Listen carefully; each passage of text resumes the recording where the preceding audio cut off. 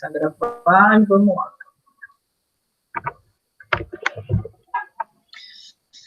Beleza, então, embora o título seja Vírus e Evolução Química, eu já vi que na turma da manhã deu só para falar sobre vírus, a gente pode dar uma conversada sobre isso, já que é o assunto mais quente, né, assim, do momento.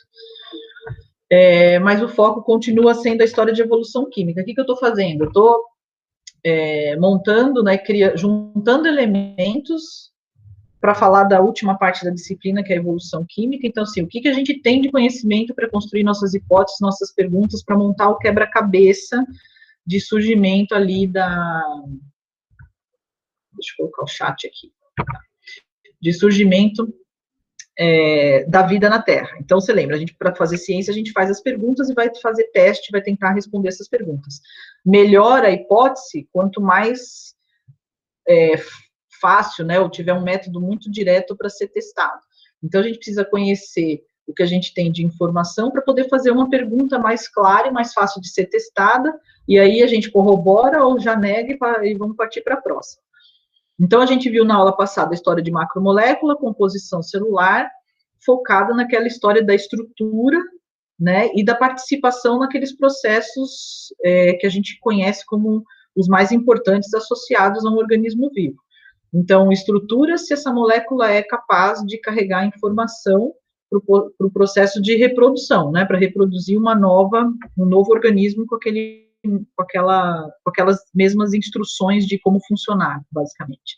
E aí a gente tem também os dois processos, replicação e o metabolismo celular, e a gente estudou as principais macromoléculas envolvidas nesses dois processos.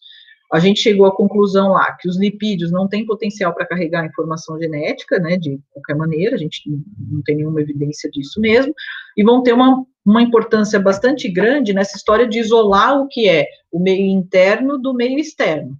Esse isolamento, a gente não sabe exatamente quando ele ocorre, porque embora ele seja importante para manter essa estrutura, né, por um tempo determinado, e a produção de energia e o metabolismo, por exemplo, reagindo lá dentro, eventualmente numa cadeia cíclica, a membrana traz um problema também, que é isolar. Então, isolar é bom, porque você mantém o ambiente interno num equilíbrio diferente do que é o externo. Ao mesmo tempo, quando você isola, você impede a entrada de substâncias, impede não, quer dizer, pode impedir, nesse caso dificulta a entrada de substâncias e a saída também de substâncias prejudiciais.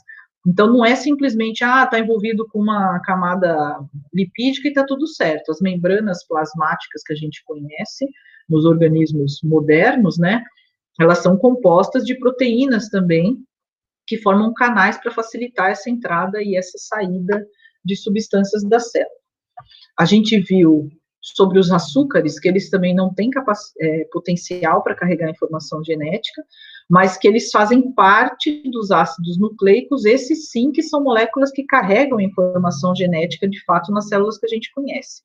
Aí a importância deles está lá nas minhas perguntas, pensando no processo de evolução química, porque para eu ter um RNA e um DNA, eu tenho que ter base nitrogenada e um nucleotídeo formado.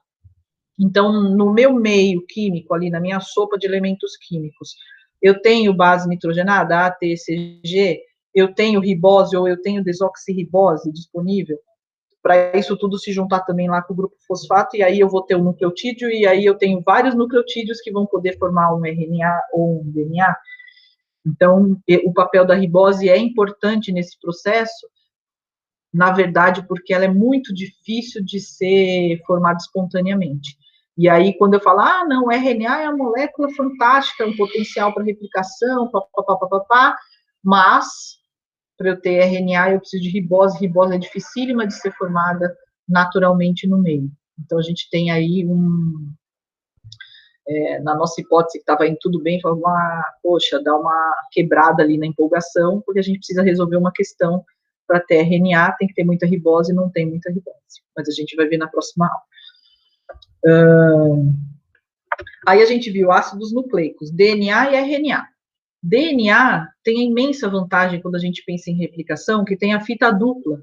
né? E são formados de bases nitrogenadas. Então, se eu tenho sempre purina ligando com pirimidina, A com T, G com C, quando essa fita se abre no processo de replicação, e eu tenho a ligação complementar dessas bases, eu tenho duas fitas resultantes que são iguais à original. Pensando no processo de replicação, isso é fantástico. E como a fita é dupla, a informação é muito estável, né? Então, essa informação pode ser carregada ao longo das gerações de uma maneira extremamente estável. Estável, portanto, é muito bom, mas estável, então, tem suas desvantagens.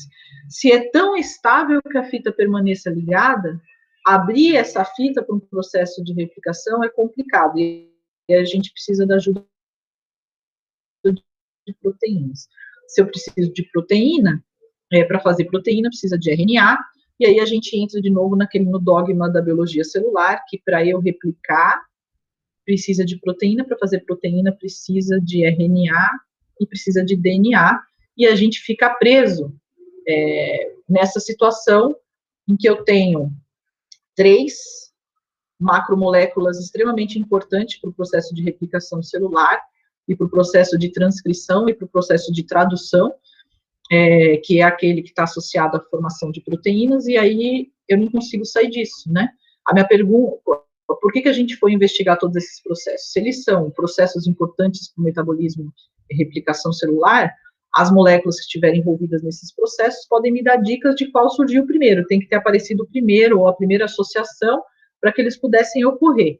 E a gente está preso nesse dogma, que é o conjunto de carrega informação genética, produz proteína, para uma coisa acontecer, então para replicação, para produção de proteína, eu preciso de DNA, RNA e proteína.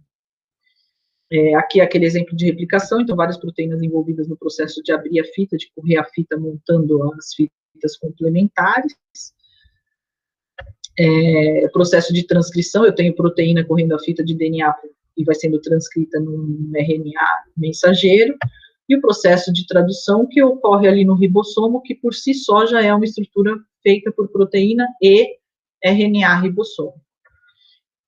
Então, estou parada aqui, 3 polímeros abundantes, DNA, RNA e proteína, comuns a todos os seres vivos que a gente conhece até agora, né?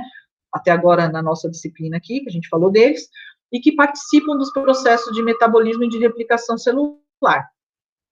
Então, se eu sou lá o cientista tentando elaborar hipóteses associadas à origem da vida, eu fiquei no que a gente fala, eu fiquei numa sinuca de bico. Como que eu vou escolher qual que é a molécula que apareceu primeiro?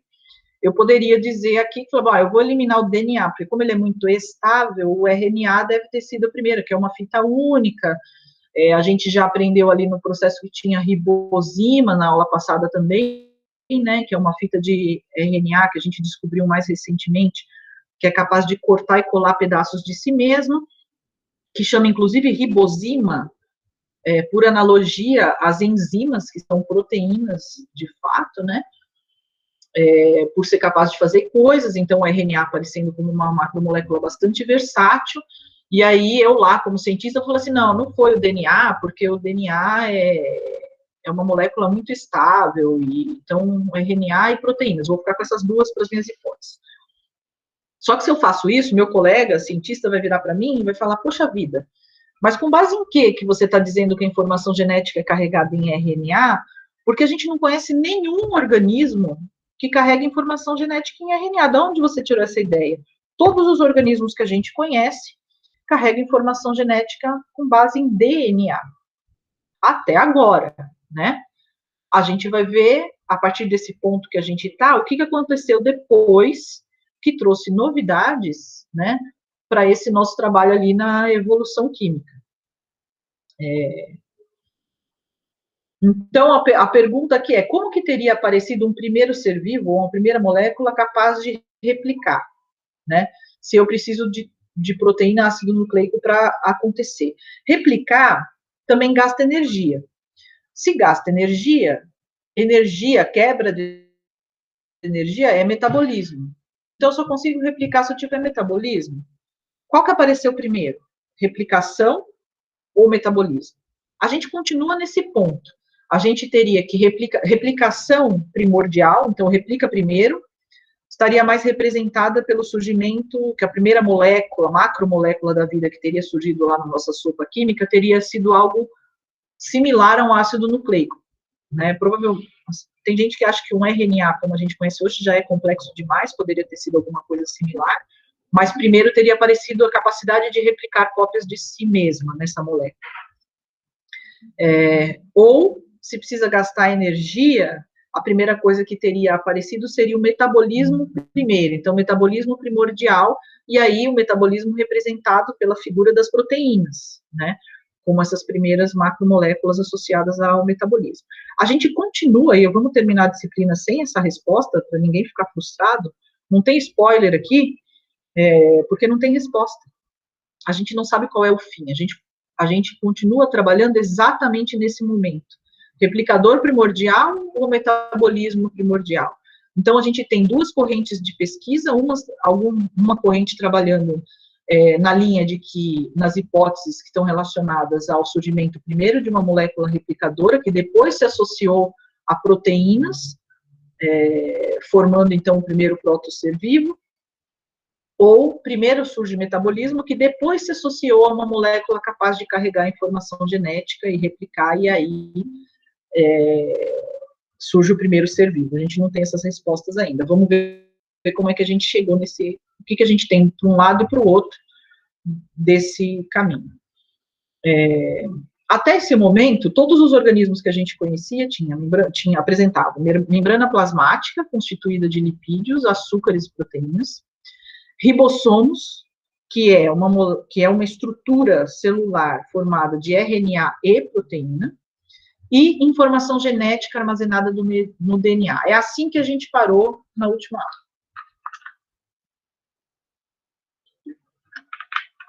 O que acontece, então, lá pela década de 40? A gente descobre que existe outro tipo de, vou chamar de organismo aqui, mas isso também é uma discussão, né? Que são os vírus. A gente sempre ficou doente, certo? Desde sempre, a gente fica doente, apresenta sintomas. Algumas doenças a gente sabia que eram causadas por bactérias, porque era possível olhar bactérias infectando tecido no microscópio óptico. Mas os vírus, a gente não conseguia enxergar. Partículas virais normalmente são muito pequenas, muito menores do que bactérias, e no microscópio óptico a gente não conseguia ver. O que começou a acontecer que levou à descoberta dos vírus? Quando a gente ficava doente e não conseguia detectar uma bactéria, a gente imaginava simplesmente que a causa daquela doença era algum tipo de substância tóxica, mesmo que a gente não tivesse identificado. Então, normalmente, por exemplo, vapores venenosos, energias, coisas que estavam mais associadas a muito mais algo esotérico do que a matéria, de fato, porque a gente não conseguia identificar o que causava aqueles sintomas, aquela doença, né, nas pessoas. Nessa época, também, a gente trabalhava já bastante com bactérias em laboratório, e a descoberta do vírus aconteceu justamente associada à cultura de bactérias no laboratório. Então, o pesquisador estava lá, cultivando suas bactérias numa boa, e aí, de repente, na placa de Petri, as bactérias começam a morrer. E ele não sabe por quê. Começa a morrer e procura no microscópio e não enxerga nada. Não conseguia ver algo causando morte de bactérias. A gente conseguiu descobrir que existia um vírus e que isso era causado por vírus, filtrando, né? Então, a ideia era assim, pega lá, faz um caldo daquelas bactérias que estão morrendo, filtra isso num filtro que a gente sabe que filtrava bactérias e filtrava fungos. Pelo tamanho dos furinhos, né? A gente sabia que não ia passar nada para lá. Pega o caldinho resultante e injeta nas bactérias que estavam saudáveis, e as bactérias manifestavam a doença também, a morte, né? Na verdade, começavam a morrer também. Então, o que estava acontecendo? Era a toxina que tinha ali? O que era? A gente descobriu que era um vírus quando a gente começou a trabalhar com isso em microscópio eletrônico, porque os vírus são muito pequenos.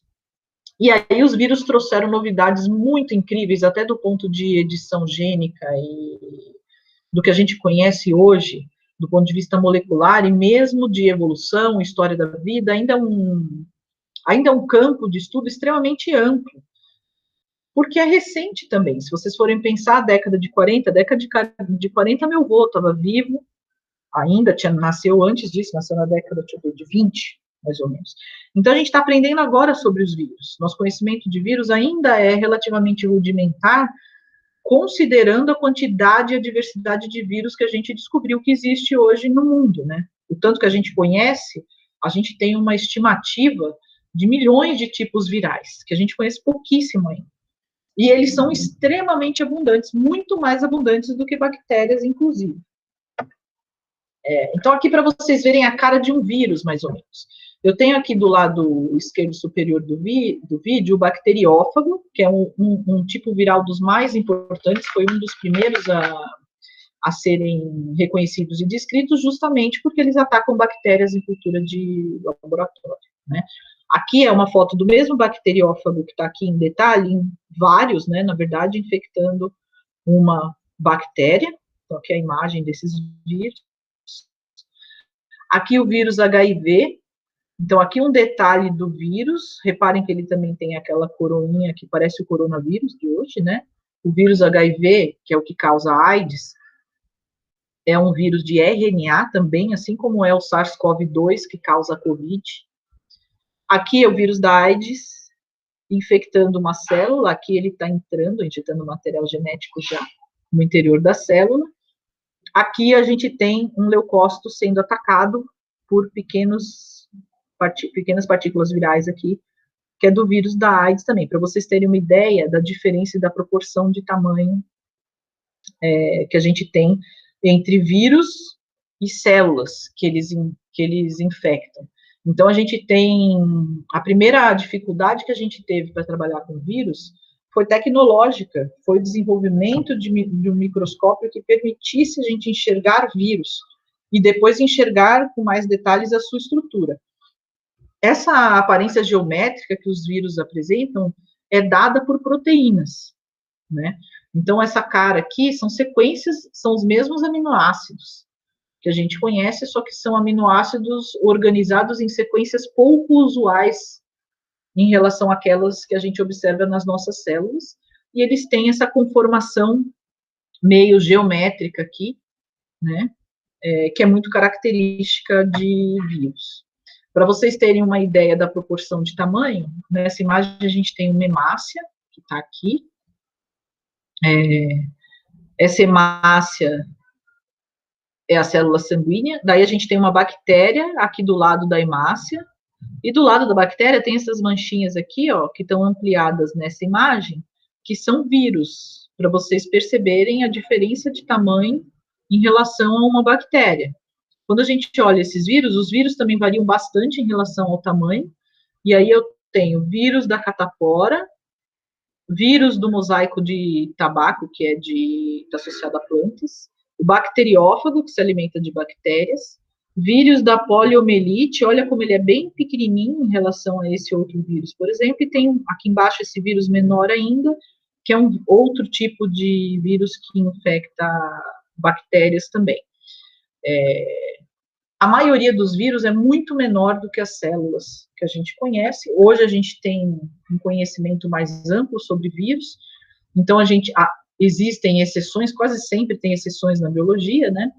A gente descobriu um vírus chamado mimivírus, que infecta a ameba, que é um vírus muito grande, na verdade, muito maior, é o maior vírus conhecido até hoje.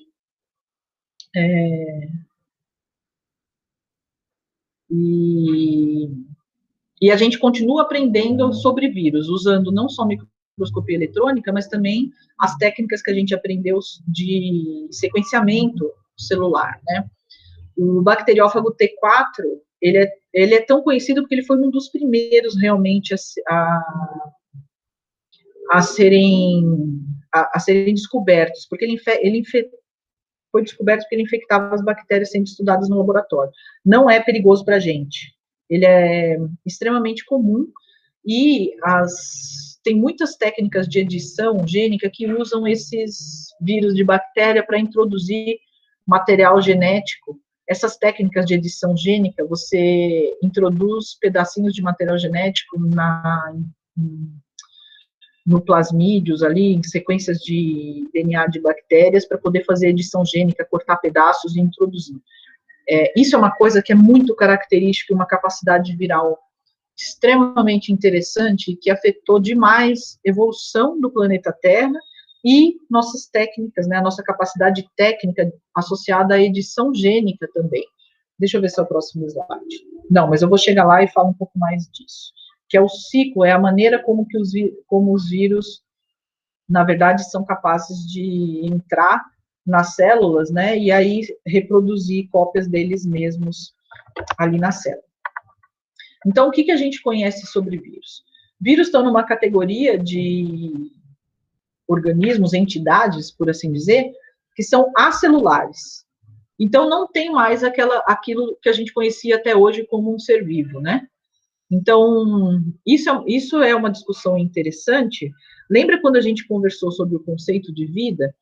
Um dos aspectos da dificuldade de se estabelecer um conceito de vida é que ele precisava lidar com a vida como a gente conhecia hoje e também incluir possibilidades de vida que a gente não conhecia, né?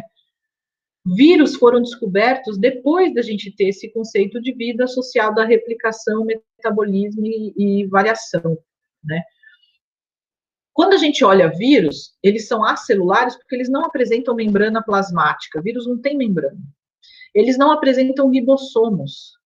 Vírus é simplesmente uma proteína.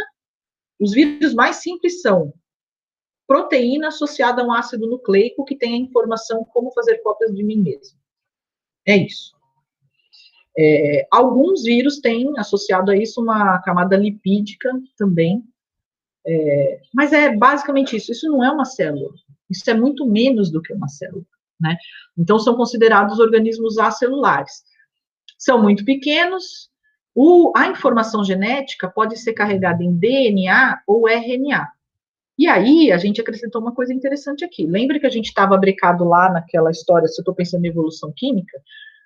Mas então, para DNA, RNA, proteína, para eu conseguir replicar, produzir, eu preciso de DNA, RNA e proteína, qual teria surgido primeiro, blá, blá, blá.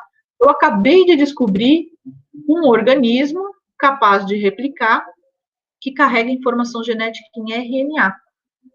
Então, naquela minha hipótese, eu posso tirar o DNA, pensando no dogma da biologia celular, eu posso colocar o DNA mais à margem, como algo que apareceu secundariamente na história de evolução da vida, secundariamente no sentido de posteriormente, né?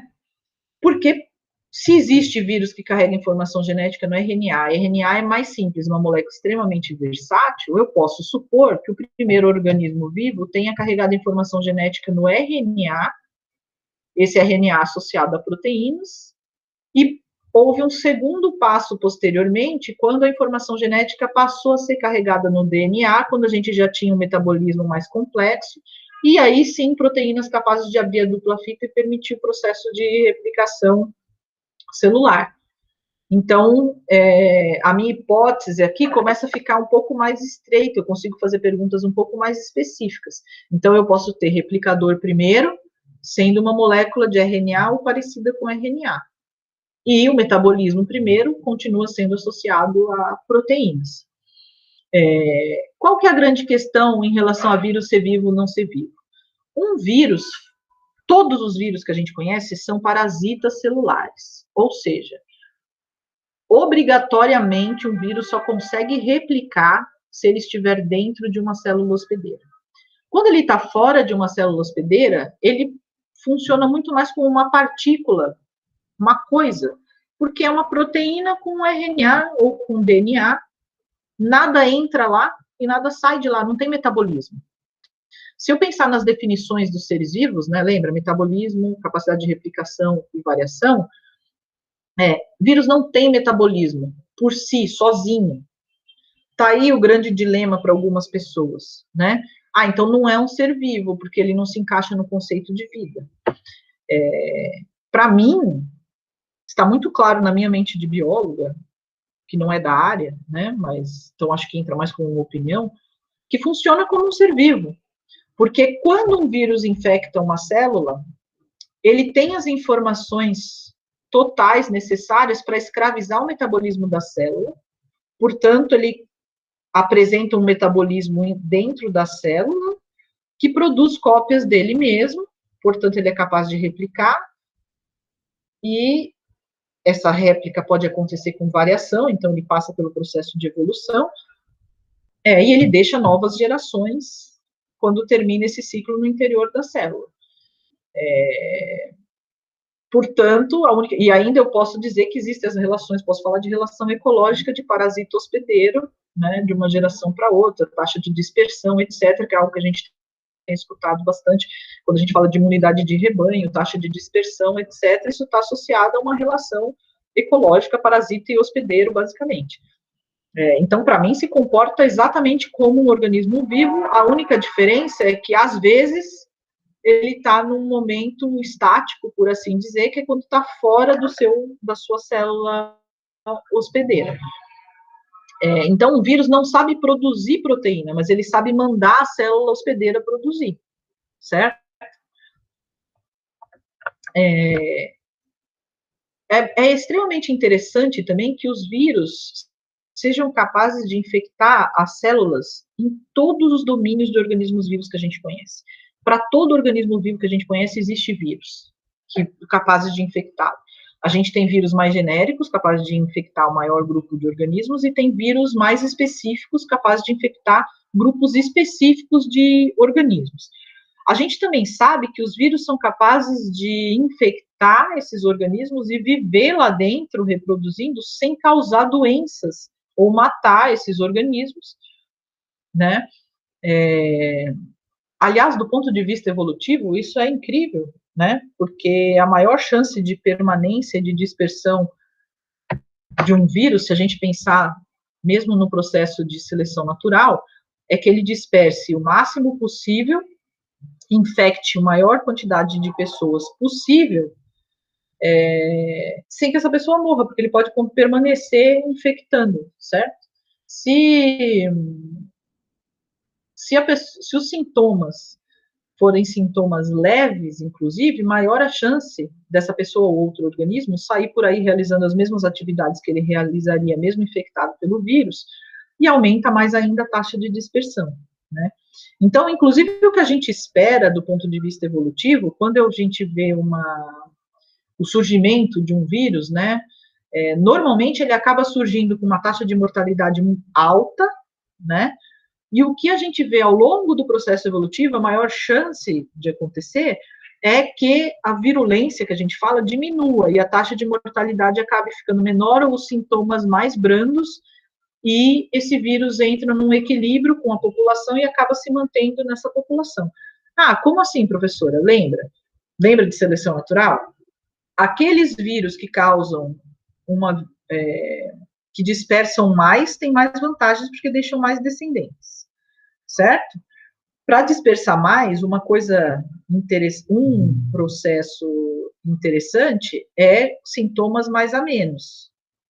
O vírus não pensou nisso, certo? Só tem variações. Algumas variações causam sintomas muito fortes, a pessoa vai ficar de cama e não vai sair de casa.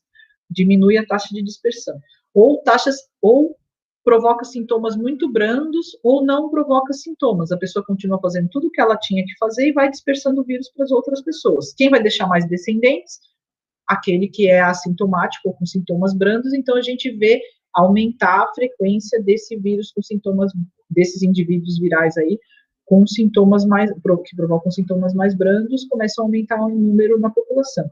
Se o vírus atinge a pessoa 2 dias, morreu, a taxa de dispersão é muito pequena, porque a pessoa fica muito mal, não sai e acaba morrendo rapidamente. Aquele vírus que permanece mais tempo, com sintomas mais brandos e não gera morte ou gera morte mais tardia dessa pessoa, deixa mais descendentes, porque aumenta a chance de dispersão e ele vai sendo selecionado positivamente e aumenta em número na população.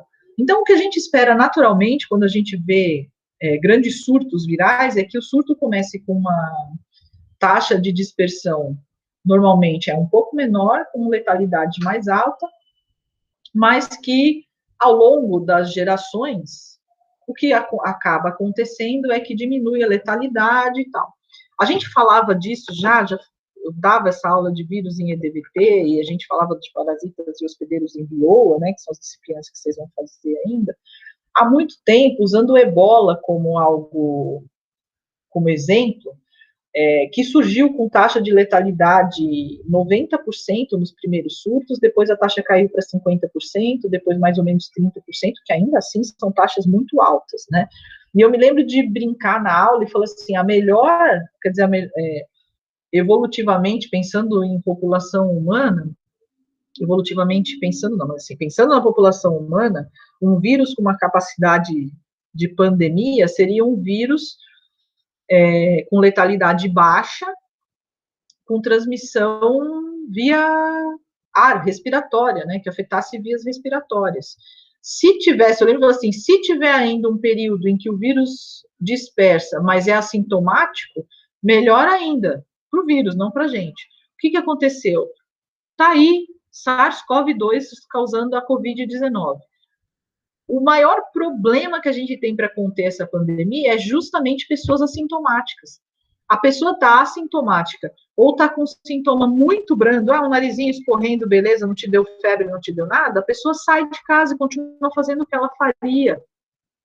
E ela vai dispersando o vírus, você não sabe que está doente.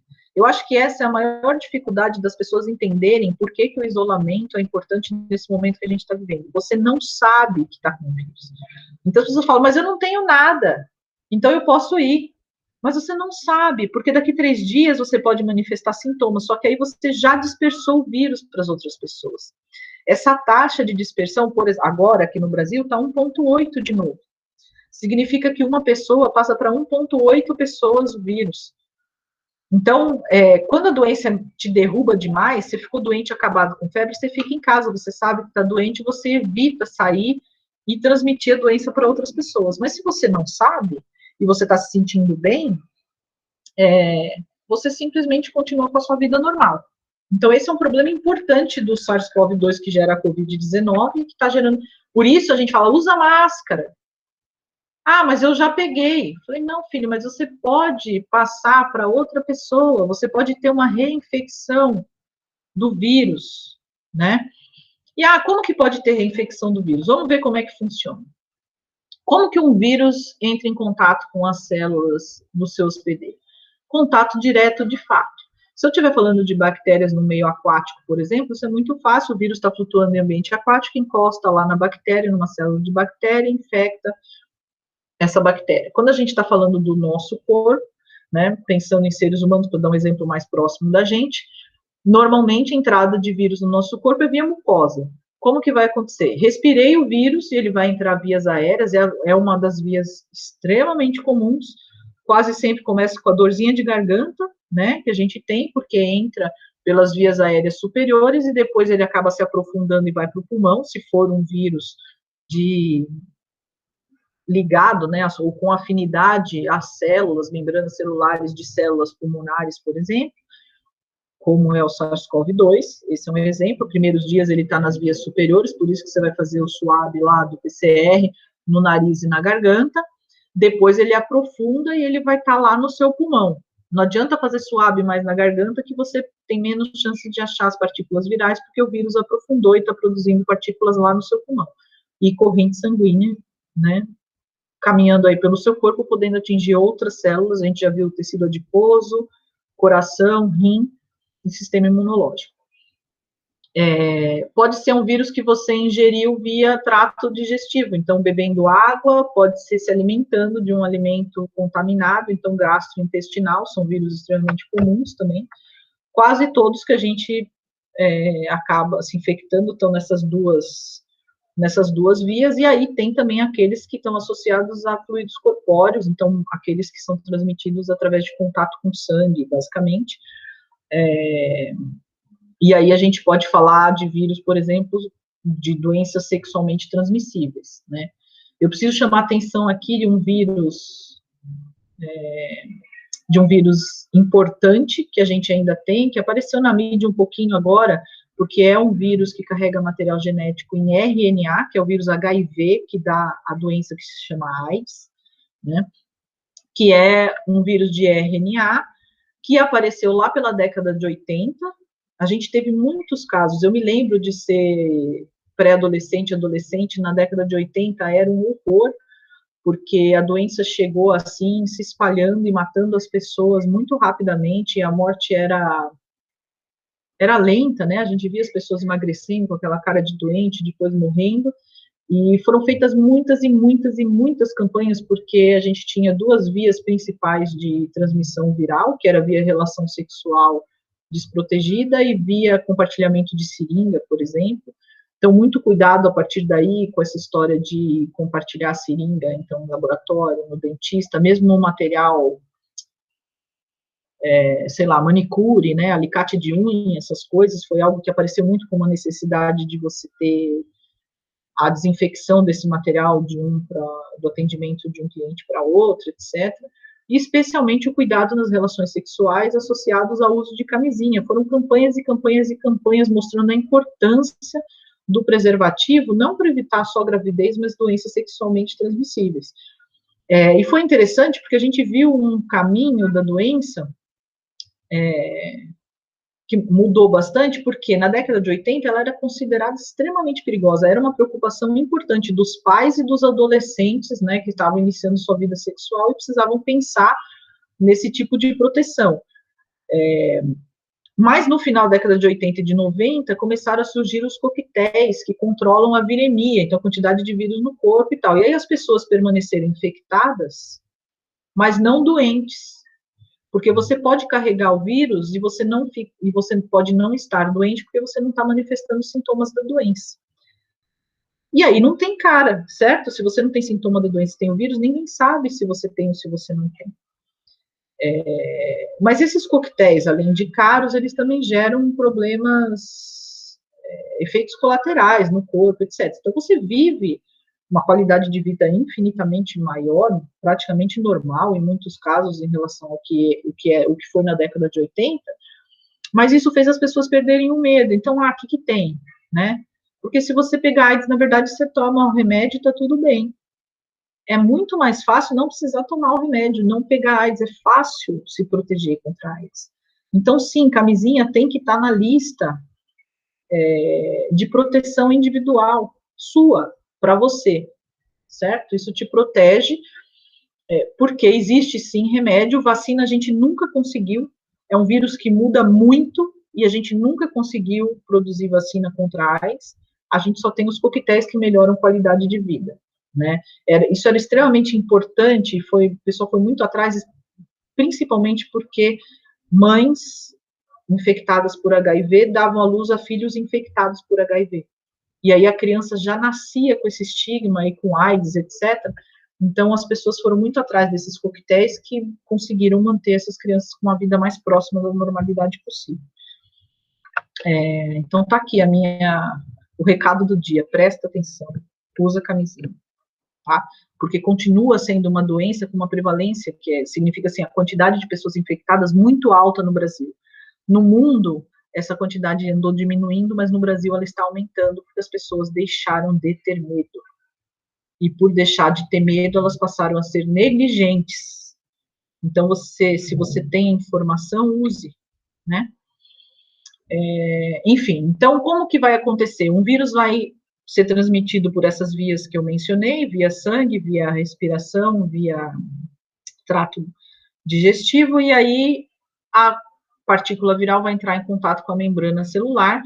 Algumas dessas partículas virais, as proteínas da capa, do capsídeo do vídeo, tem proteínas que têm afinidades específicas, então, em alguns casos, os vírus vão se ligar à célula do pulmão, ou vai se ligar à célula do trato digestivo.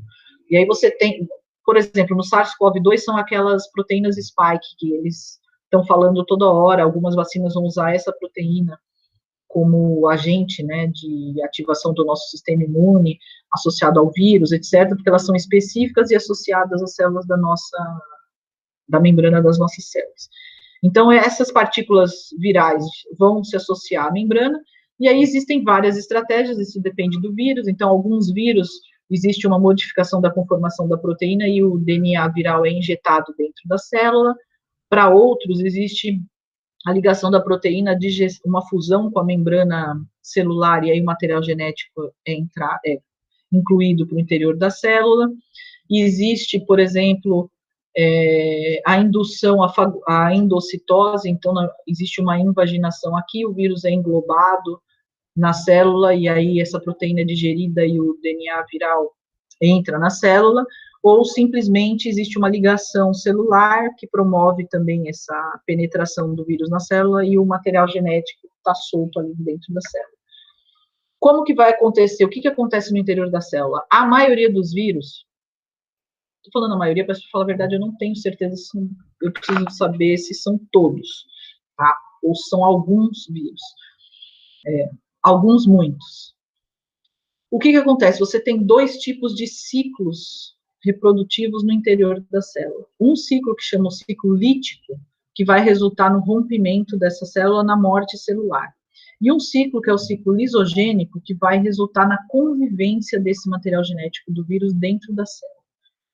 Pense no impacto que isso tem do ponto de vista evolutivo, tá? Vou primeiro para o ciclo mais básico, lítico.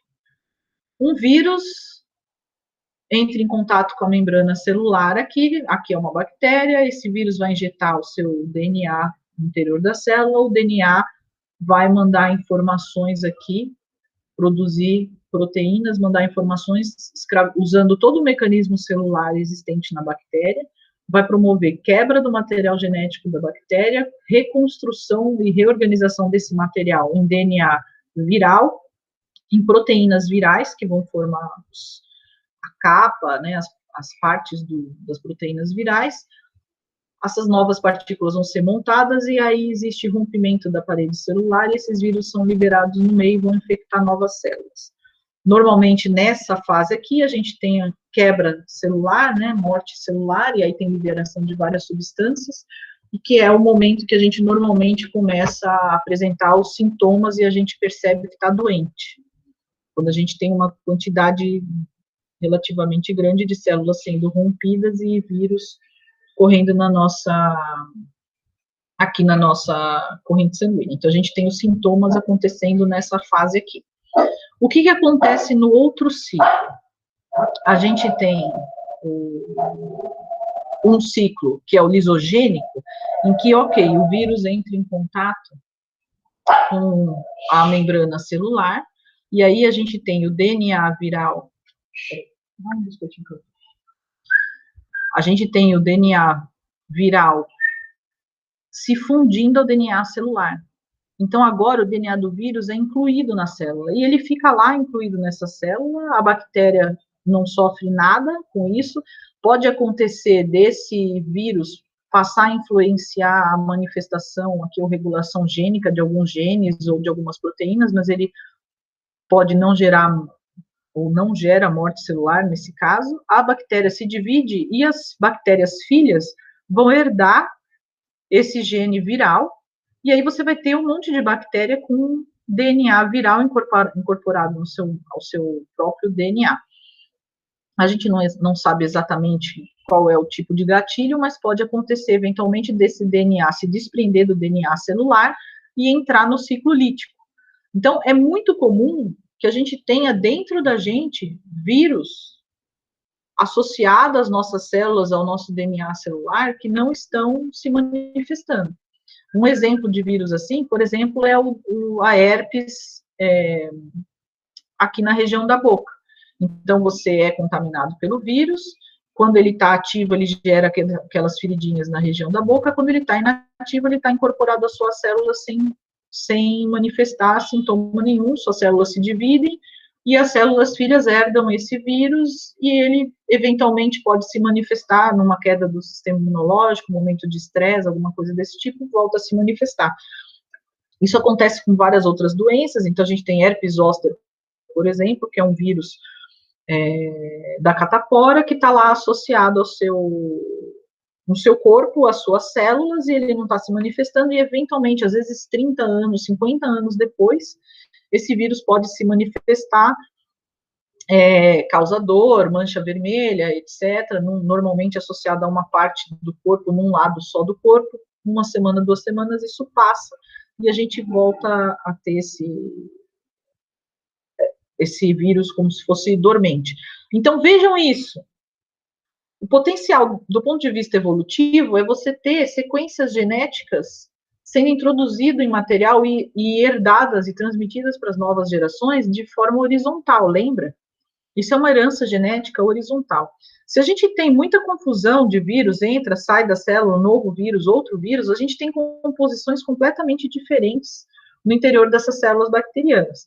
Se a gente pensar do ponto de vista da capacidade de geração de variação disso, ela é imensa, especialmente nos organismos unicelulares, porque o contato é muito direto e a divisão por fissão binária é muito fácil de transmitir esse material genético viral para outras bactérias, arqueas, etc.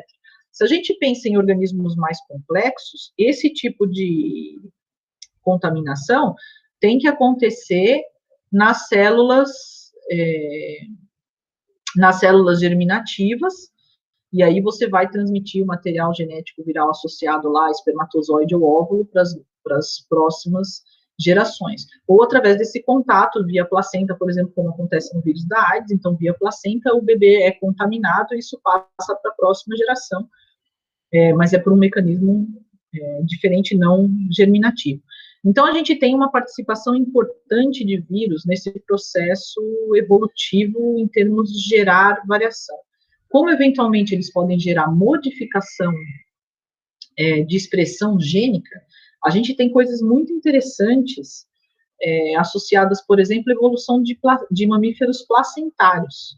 Ao que tudo indica, com o que a gente conhece hoje, o surgimento da placenta está associado a uma infecção viral nos ancestrais remotos ali de mamíferos placentários. Sempre foi muito intrigante para a ciência por que o feto o feto de um mamífero placentário não é expulso do corpo da mãe, sendo que ele é um corpo estranho ao corpo da mãe, né? Se a gente pensar em sistema imunológico, todo corpo estranho ele é atacado, né? E no caso de feto não é. E os pesquisadores estudando a placenta, que é a estrutura que acaba permitindo essa relação muito próxima de mãe e feto, né, nos mamíferos placentários, descobriram expressão de genes virais que estão associadas a uma supressão do sistema imune ali, de rejeição naquele tecido. Então, provavelmente, a evolução de mamíferos placentários aconteceu a partir de uma infecção viral. A gente tem muitos indícios de genes virais associados ao nosso genoma, que a gente não sabe exatamente qual a função, né? E a gente sabe que existe isso, inclusive entre vírus, então o mimivírus, que foi aquele vírus grande descoberto de ameba hoje em dia, também tem partículas de outros vírus incorporadas ao seu material genético. Então, os vírus, na verdade, hoje em dia a gente tem uma visão de vírus na verdade, de um papel como se eles fossem capazes de transitar entre todos os domínios e misturar, né, e gerar variações importantes ali, que podem ter acontecido durante o processo evolutivo, como se a nossa árvore da vida tivesse mergulhado num mar de vírus capazes de fazer com que todos os domínios interagissem, né, mais ou menos assim. Quando a gente fala de doenças, portanto, quando eu falo curar de uma doença, a gente não sabe exatamente se a gente curou a pessoa da doença. Você pode estar curando a pessoa da manifestação, né? Significa que ela não está mais doente, mas descobrir se essa pessoa está livre do vírus é extremamente complicado, porque a pessoa pode carregar esse vírus para sempre. A gente não tem como medir se ela tem vírus dentro do corpo dela. Eu posso medir, por exemplo, num exame de sangue, se eu tenho partículas virais, se eu tenho RNA viral no exame de sangue, ou saliva, né, ou fezes, etc., o que a gente tem ali sendo liberado. Mas a gente não tem como saber se esse RNA ou DNA viral está incorporado a um DNA de uma célula da pessoa, a gente não tem como saber. E ele pode sair de lá. Então, tem coisas que acontecem, esses novos surtos epidêmicos, por exemplo, que podem ser justificados a partir disso. Quando a gente pensa nesse mundo ainda tão misturado, em que a gente caminha, que tem muita gente que a gente caminha de um lugar para o outro com muita frequência, isso é bastante preocupante. O próprio Ebola, que na verdade é um surto a gente teve, ebola é uma doença extremamente importante, ela foi negligenciada, não muito negligenciada, eu diria, até porque a gente tem vacina, né? E a gente tem vacina porque a galera viu o potencial do estrago que uma pandemia de ebola poderia trazer. Mas por muito tempo ela ficou muito localizada lá na África e a galera fechou facilmente a África, né? A gente sabe como funciona, então assim, olha, tá lá na África, fecha lá, ninguém sai, ninguém entra. Mas nos últimos surtos, a gente tinha muitos médicos trabalhando na região da África e que foram contaminados e que foram levados para a Europa, para os Estados Unidos, e que lá passaram por um processo que conseguiram se recuperar da doença. Eles se recuperaram da doença, mas será que eles estão livres de vírus? Né? Então, será que a gente não corre o risco de, daqui a alguns anos, eventualmente, ter um surto de ebola na Europa, um surto de ebola nos Estados Unidos? A gente não sabe, essa capacidade dos vírus de incorporar material genético às células é extremamente vantajosa do ponto de vista evolutivo, né? Porque eles podem ser transportados para diversas regiões. Quanto mais transportado, e na verdade, quanto mais replicação a gente observar, mais chance de mutações e mais chance de variação da doença. A gente está vendo o que está acontecendo com o SARS-CoV-2, então a gente tem várias linhagens com pequenas variações dos vírus surgindo e que já estão manifestando sintomas um pouco diferentes ou atingindo um público-alvo, por assim dizer, um pouco diferente. E lembra que evolução não acontece com sentido determinado. Então, muita variação pode me trazer coisas legais do ponto de vista de quem é hospedeiro, né? Por exemplo, uma patogenicidade menor ainda. Ótimo. Mas pode trazer coisas ruins do ponto de vista do hospedeiro, que seria uma maior letalidade, por exemplo. Até que isso tenha efeito em relação a, não, mas isso vai ser desvantajoso e a onda vai acabar mais rápido, ok, mas enquanto não acabou, está infectando pessoas e está gerando mortes, né? Pois é, são muitas variações que têm surgido. A gente consegue traçar o caminho de onde elas vieram, né? Então, a gente tinha aqui no Brasil, quando começou, o nosso vírus não era a variação chinesa, ela era basicamente a variação europeia, que tinha surgido lá na Itália e tal. Então, e aí a gente já tem variações acontecendo internamente também. Isso é ruim. Quanto mais dispersão e replicação, mais a chance de variedades novas surgirem. Elas podem ser variedades que tragam desvantagens do ponto de vista de quem é o hospedeiro. E, dependendo de onde surgir essa variação, podem tornar a vacina ineficaz. Então, a vacina, de repente, pode ser eficaz para 5 variações, mas não para a sexta. Isso é ruim.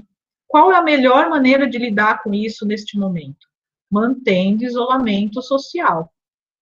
Está muito claro, com base em todos os estudos que a gente tem, que esse vírus dispersa basicamente via ar. Contato também é importante, mas essa coisa de ficar passando álcool em tudo quanto é lugar, ajuda, você tem que continuar lavando a mão. Mas o pior é estar exposto ao vírus no ar, porque respirar não dá para parar de respirar. Então, a pior situação possível é um ambiente fechado, sem ventilação, com várias pessoas, por muito tempo e sem máscara. Isso é o pior possível. Você provavelmente vai sair de lá contaminado se tiver alguém lá com o vírus. Lembrando que para a Covid-19, né, tem gente que não manifesta sintomas. Então, isso é um problema sério. Se a pessoa é assintomática, ela não sabe que está doente e ninguém sabe que ela está doente. Vai todo mundo ficar lá numa boa, achando que está tudo bem, passa 3, 4, 5 dias, está todo mundo doente. Uma situação dessa, e ainda se tiver ar-condicionado, que vai ficar circulando mais o vírus internamente essa sala, é a pior possível. Não adianta lavar a mão nessa situação. Ainda mais se você estiver num lugar que você está sem máscara. Então, onde é isso? É um restaurante fechado, por exemplo, com ar-condicionado. Mesmo que tenha metade dos clientes, você ficar 2 horas num restaurante, se tiver alguém contaminado lá, sem ventilação, só a pessoa respirar e conversar vai ser suficiente para lotar a sala de partícula viral. Quanto mais tempo você tiver lá sem máscara, maior a chance você vai ter de pegar, de ser contaminado. Aí o resto vai depender do seu sistema imune, como é que tá.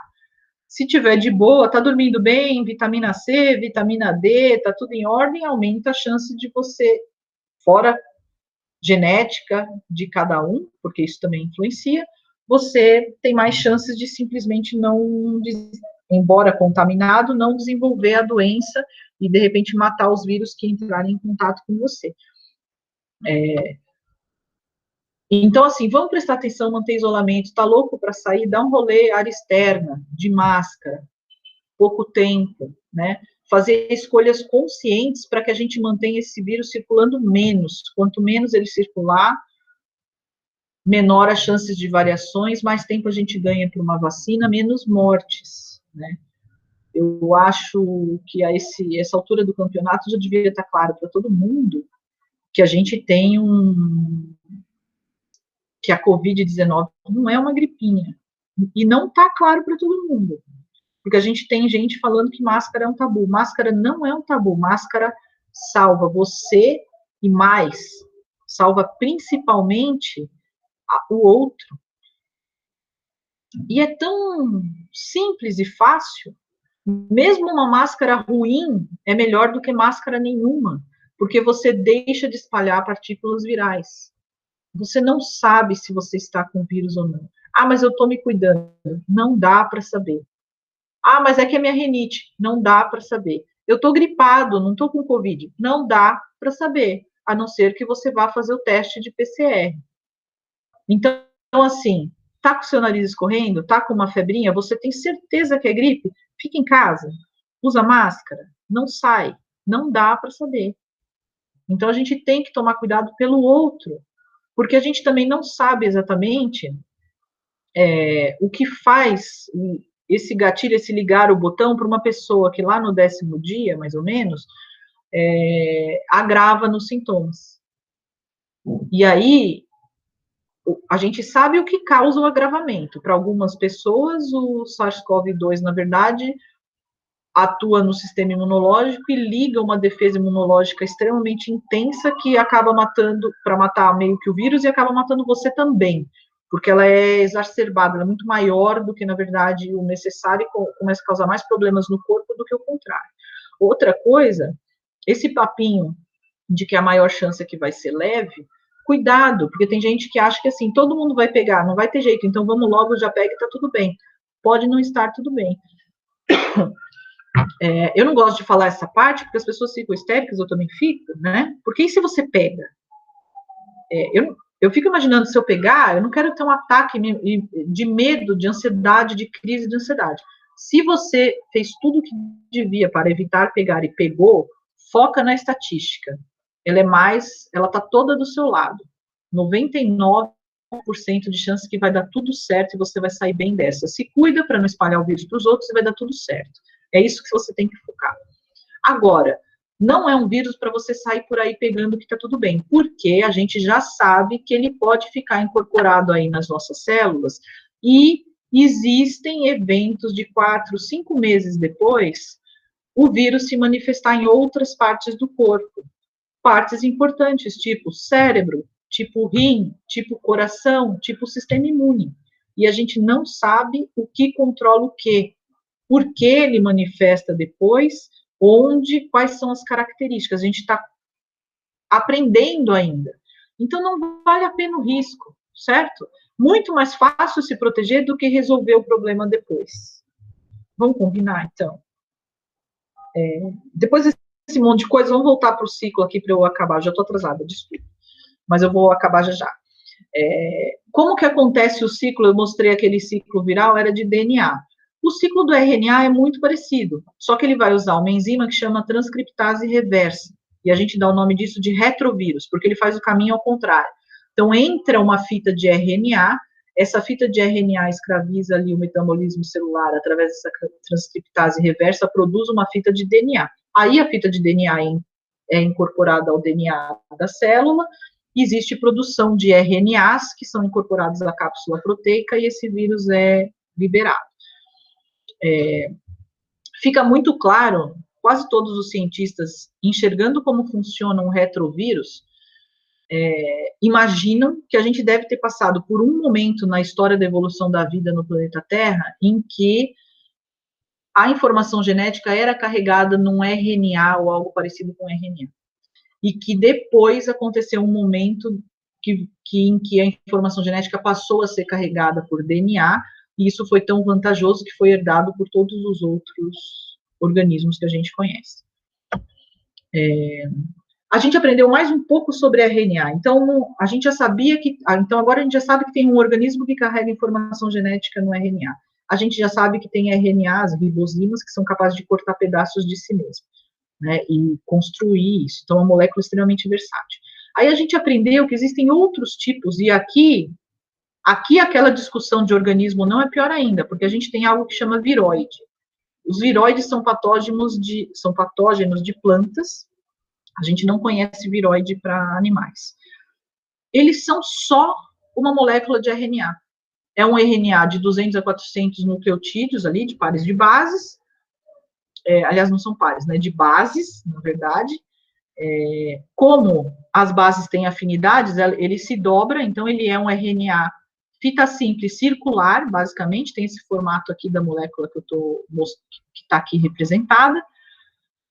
Só um RNA, capaz de passar de uma célula para outra vegetal, e ela gera deformação, descoloração e necrose nas folhas, por exemplo. Ou seja, é menos que um vírus, porque não tem nem a cápsula de proteína. Quando eu vejo isso, faz parecer muito plausível uma hipótese de evolução química em que uma única molécula, nesse caso aqui RNA ou algo próximo disso, fosse capaz de dar os primeiros passos nesse sentido de surgimento da vida. Porque eu tenho coisas assim hoje, né? Uma molécula de RNA que é capaz de infectar uma célula e escravizar o metabolismo celular. Qual que é o único detalhe aqui? Esse que eu falei, infectar uma célula, escravizar o metabolismo. Só dá para replicar isso com a célula existindo. Se essa molécula precisa de células, será que ela pode ser a primeira? Então, a gente continua com a questão da evolução química do que teria aparecido primeiro. E da onde que teria vindo vírus, ou esses viroides, né? A gente tem 3 hipóteses básicas, mas a gente não sabe ainda, isso tudo está sendo estudado. A primeira delas, a hipótese primordial, significa que teriam sido os primeiros organismos a surgirem no planeta. Por quê? Simplesmente porque é o que tem menos coisas. Então, se eu tenho uma célula de bactéria que tem membrana, ribossomo e aí o material genético, e várias proteínas, e tenho um organismo acelular que apresenta só material genético e proteína, eu posso imaginar que isso é mais fácil de surgir do que uma célula mais complexa. Só que, contra essa hipótese, tem exatamente que todos os vírus, viroides, etc., que a gente conhece, estão associados a uma célula hospedeira. Portanto, se precisa de uma célula, como que isso aconteceu? Aconteceu junto? Não seria o primeiro, né? Existe uma hipótese que seria da fuga celular, que vírus seriam elementos ácidos nucleicos, um RNA, de uma célula, que teria simplesmente, por algum tipo de variação, saído, né, fugido desse ciclo de metabolismo celular, transcrição, etc., e passou a infectar outras células, gerando cópias de si mesmo. Mas essa hipótese, a primeira coisa é, como assim, né? Como assim? Ele parou, como que ele, de repente, deixa de fazer parte desse processo do DNA, RNA, sai da célula e passa a ser um ácido nucleico de vida livre, e como que ele se associa a um capsídeo, que é uma proteína.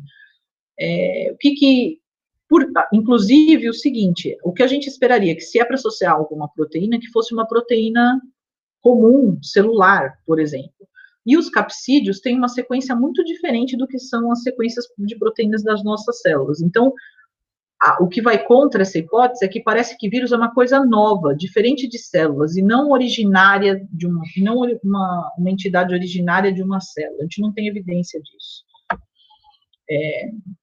Hipótese de redução celular, o que seria? Como se os vírus fossem descendentes de células bacterianas de vida livre, e aí eles foram perdendo a capacidade de fazer coisas, como é muito comum a gente observar em parasitas, até que eles ficaram com o mínimo possível necessário simplesmente subjugando o metabolismo celular, né?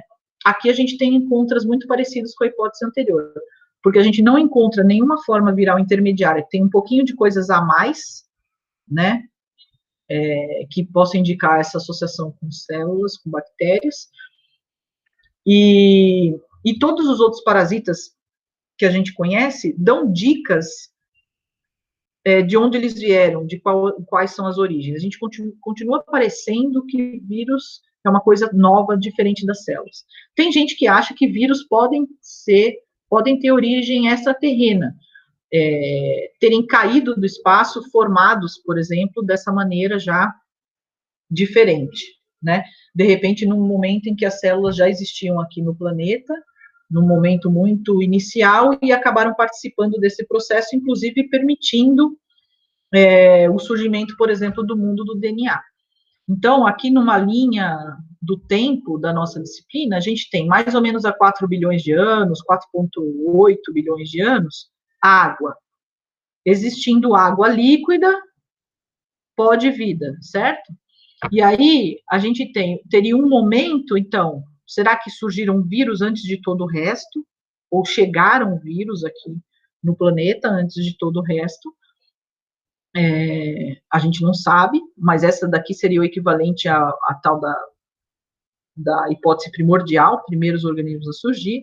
Num determinado momento, a gente tem uma célula aparecendo de fato, que seria de RNA, esse aqui seria o mundo do RNA, um momento da evolução da vida que a gente, aqui na Terra, que a gente tivesse informação genética carregada numa molécula de RNA, proteínas associadas e já uma membrana separando essa entidade.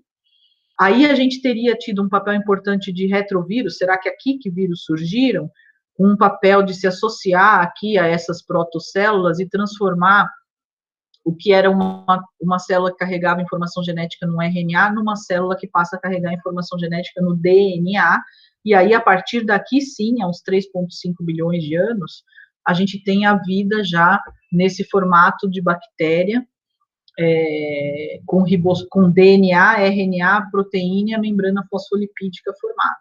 A gente vai conversar nas próximas aulas exatamente aqui, nesse momento, o que a gente tem de evidência que pode ajudar a gente a colocar pecinhas no quebra-cabeça.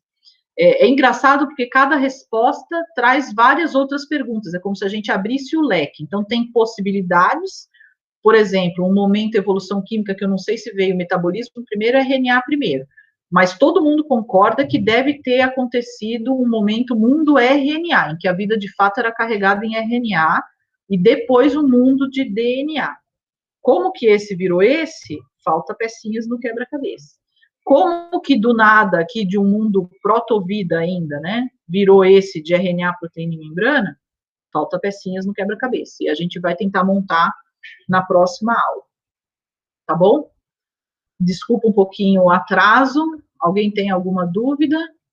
Eu vou parar de compartilhar aqui.